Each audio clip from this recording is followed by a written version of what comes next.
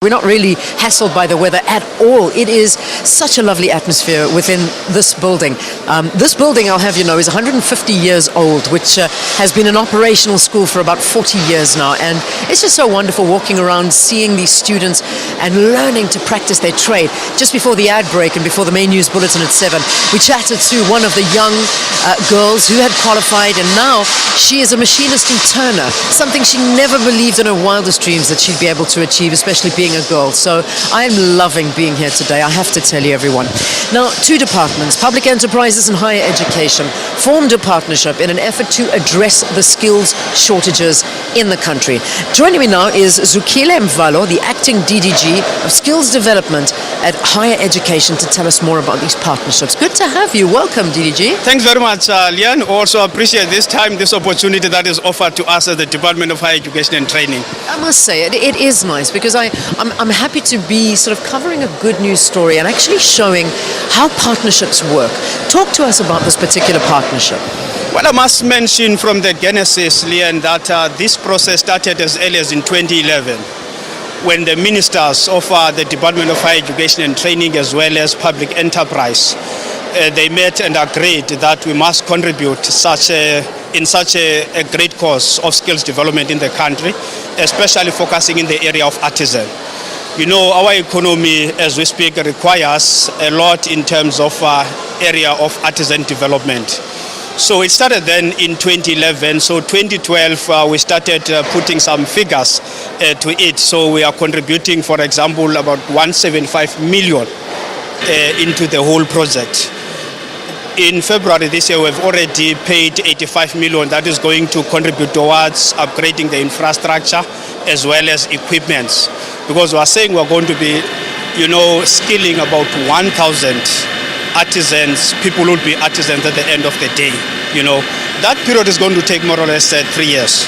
And I must mention as well, this is part of the drive of the National Skills Accord. Because in the National Skills Accord in 2011, we agreed that state-owned enterprises, they must contribute a lot in terms of the artisan development in the country.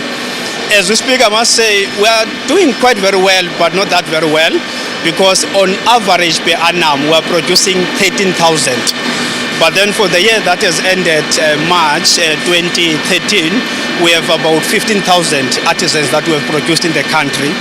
We're looking for 2030. For 2030, we are saying that's the National Development Plan. It says to us we must be producing 30,000 per annum artisans in the country. So that's a long way to go. Why? What do you attribute this to? I mean, when we're sitting, we're less than halfway there. Well, basically, in our country we do have a project. We do have what we call is a strategic integrated projects we call SIPs. Those projects were introduced by the President in 2012 in his State of the Nation address.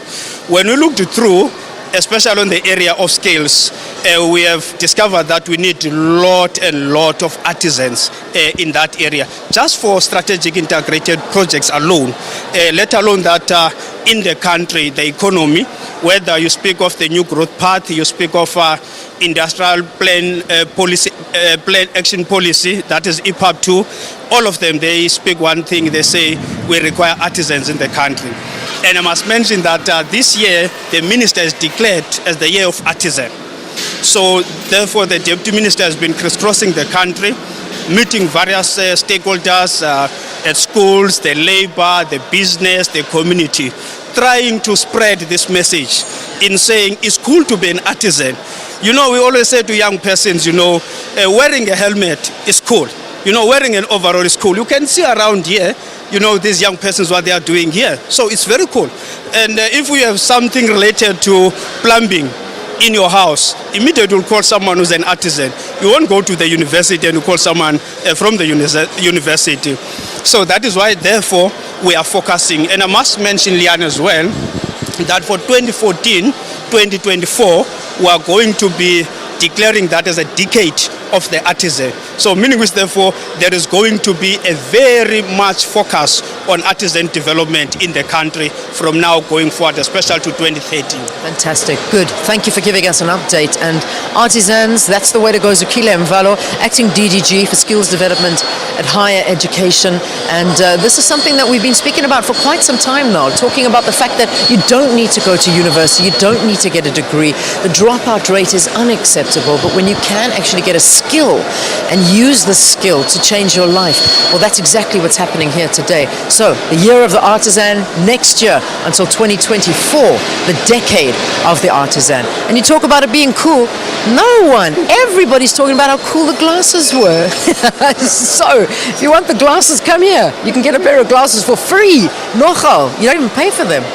All right, let us go back to the Johannesburg studio. Valen, shall I bring you a page? I'll see if I can sneak you out of it. Actually, I can't. You need to come here and become a fitter or a turner or a machinist or an engineer or something, all right?